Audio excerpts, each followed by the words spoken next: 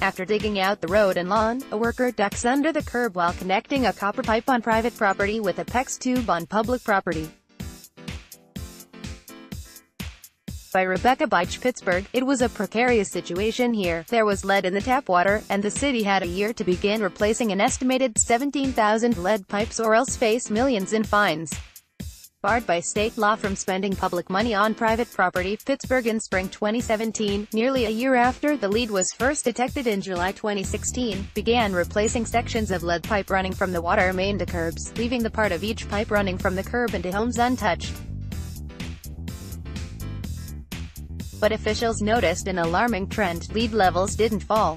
Instead, they spiked, in some homes to more than 6 times the amount allowed by the U.S. Environmental Protection Agency. While removing even a portion of the lead line might seem like an improvement, it can be harmful in the short term. According to the EPA, cutting into the pipe can disturb the lead, introducing more of it into the water system just as it's about to enter someone's home. In following up with customers, the utility realized those with partial line replacements weren't properly following instructions to flush their pipes or use the provided water filters. With partial replacements making the problem worse, the city called off the operation, despite facing a $2.4 million fine from the State Department of Environmental Protection for failing to complete the required replacements. "We were caught in a catch-22, said Will Pickering, a spokesman for Pittsburgh Water and Sewer Authority. "We would rather face penalties from DEP than continue along that path where we might be affecting customers." The drinking water crisis in Flint, Michigan, has raised awareness of the dangers of the estimated 6 million lead pipes servicing American homes.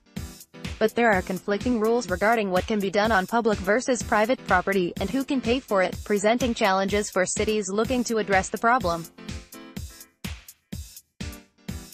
It isn't easy for many homeowners, and even some utilities, to pay $3,000 to $5,000 to replace a lead pipe running into a home. And even when utilities are inclined to pay, property laws or homeowners may stop them. Changing property laws. Pittsburgh began to solve its problems when Pennsylvania legislators last year allowed utilities to start using ratepayer money to cover the cost of replacing pipes on private property. Indiana and Wisconsin last year made similar changes to their laws, clearing the way for a possible solution in the 3 states, each of which has between 160,000 and 295,000 lead pipes. Pittsburgh is now spending $44 million to replace both sides, private and public, of the remaining 12,000 or so lead service lines in the city. In Indiana, the utility American Water recently got approval from the Indiana Utility Regulatory Commission to fully replace an estimated 50,000 lead service lines. When homeowners are asked to cover some or all of the cost of replacement, fewer pipes are replaced. Wisconsin's new law allows cities to use ratepayer money to cover half the cost of the private side replacement. In Cincinnati, the utility will cover up to $1,500 of the private side replacement, though private donations help cover the full cost for low-income residents. Providence, Rhode Island, is offering loans to cover replacement costs that will be interest-free for 3 years. 15 states each have more than 100,000 lead pipes connecting to homes, according to research by the American Water Works Association. Some of the states with the most lead pipes are those bordering the Great Lakes, stretching from New York through the Rust Belt and across to Minnesota. Mary Dennison's home had 3 times the allowed amount of lead before the city replaced her lead service line. It just makes you wonder. When Pittsburgh workers recently tested Mary Dennison's water, it had 45 parts per billion of lead, 3 times what the EPA allows. The water was fine when she tested it decades ago when her children were young, she said. She has no idea when the lead levels spiked. It just makes you wonder, is that why I get confused all the time? It just does make you feel more self-conscious and worried, she said. I buy all organic. I can buy vegetables. I eat whole grains.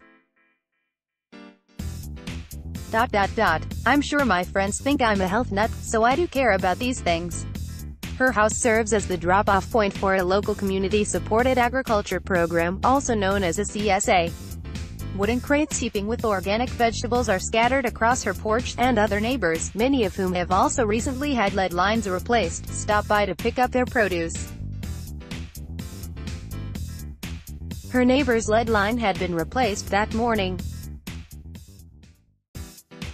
A backhoe on the street pulled out more than 40 feet of silvery piping, while a worker inside the house snaked in a new copper one behind it. When workers tossed aside the malleable old pipe, first buried in 1904, they left a nearly 5-foot deep hole to fill. Replacing the pipe isn't difficult. Getting the money and permission to do so is another story. A backhoe pulls old lead piping out while a worker inside the home pushes a new copper pipe through, making homeowners share the bill. Wisconsin cities can only use utility revenue to cover half the cost of the replacement. Affected homeowners must cover the rest of the cost, though they can pay it off in installments as part of their water bill. Wisconsin State Sen. Robert Cowles, a Republican who sponsored the bill in the Senate, originally wrote it to allow cities to pay the full cost of replacing the private line, fearing that some families would turn down the replacement because of the cost. Cowles said there is a broad societal benefit to having clean drinking water, so it makes sense to spread the costs across the population. Do only the rich get to have clean water, or do we all get to have it? He asked. Do we really want a situation where poor people in these inner-city neighborhoods are hurting their kids? Preventing the brain damage caused by lead would save the state money in education and healthcare expenses in the long run, he argued.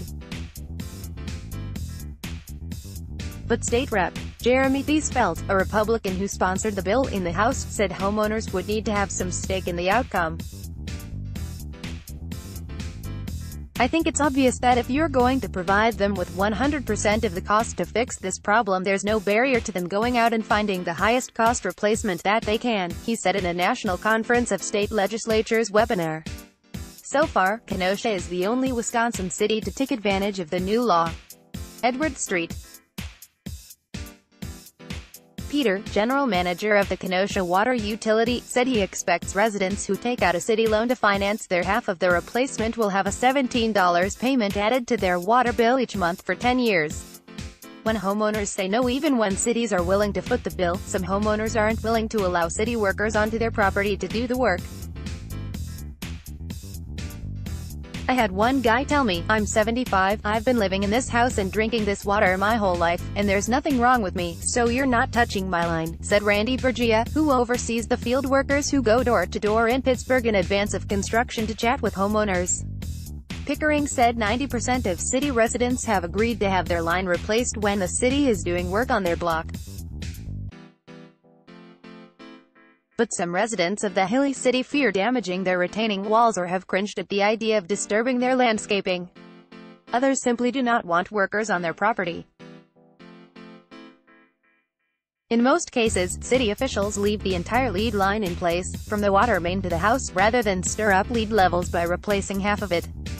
But others have passed ordinances mandating that homeowners allow the work. In 2000, lead levels in Madison, Wisconsin, surpassed the federal allowance. But the city managed to eradicate the pipes in about a decade, thanks in part to a city council ordinance mandating that homeowners replace pipe sections on their property. The city would contribute up to $1,000 to defray homeowners' expenses.